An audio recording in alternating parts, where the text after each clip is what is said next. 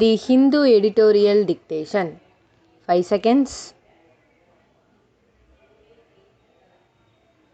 Comments.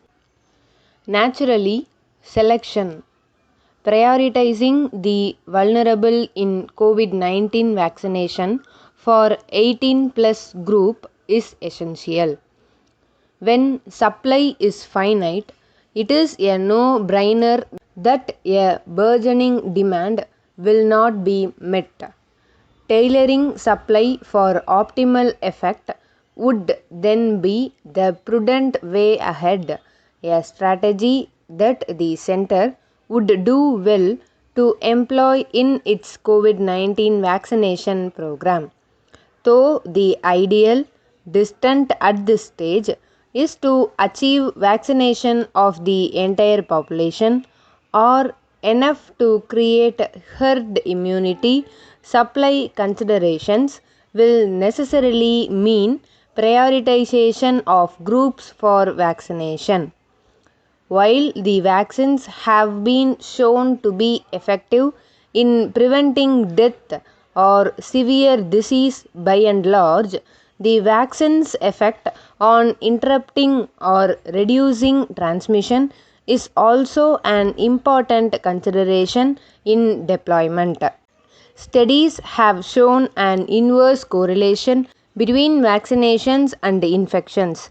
A study in Tamil Nadu showed that the percentage of people over 60 years infected in the second wave had come down by 7%, even as the numbers in other age groups rose.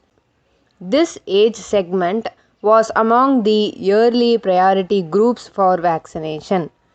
With the government opening up vaccinations for all adults, it is imperative that some line list of priority be readied on the basis of vulnerability and societal role.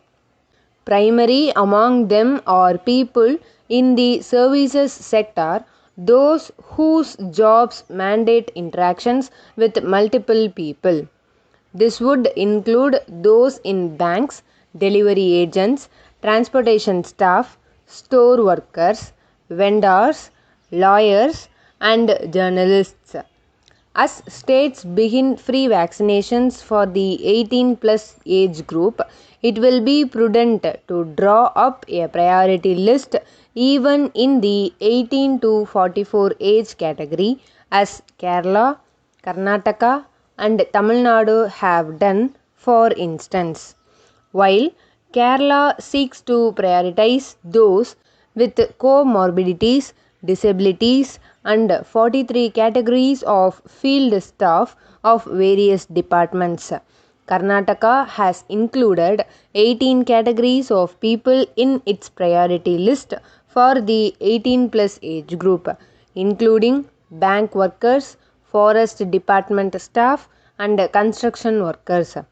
Tamil Nadu has determined a broad list of categories including the disabled, vendors, e-commerce staff, pharmacy and grocery store staff, those in the transportation sector, and school and college teachers, besides media persons.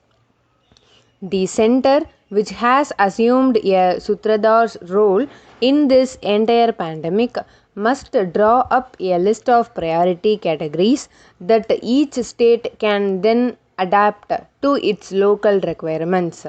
While lockdowns in force in most states will slow down the phase of transmission and give healthcare resources a much needed break. The way ahead is certainly vaccination and prioritized vaccination. Once vaccine supply picks up, a more expansive first come, first served basis, as in the private sector now, can be adopted. Until then, it is the government's bounden duty to ensure an equitable coverage among vulnerable groups of people who are most at risk and carry a higher risk of transmission because of the sheer number of people they interact with daily.